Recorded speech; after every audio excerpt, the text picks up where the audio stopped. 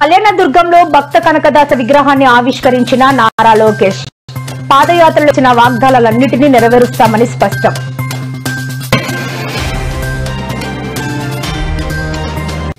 AP మాజీ CM Jagan పై TDP Anuradha fire. 11 సీట్లు ఇచ్చినా మీకు ఇంకా బుద్ధి రాలేదా అంటూ ఘాటు వ్యాఖ్యలు.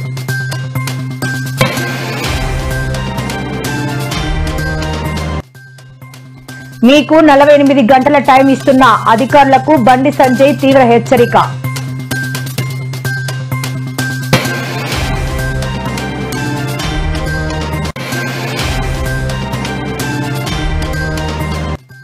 రెడ్ బుక్ కు నేనే కాదు నా కుక్కు కూడా భయపడదు అంటూ సంచలన వ్యాఖ్యలు చేసిన మాజీ మంత్రి అంబటి రాంబాబు.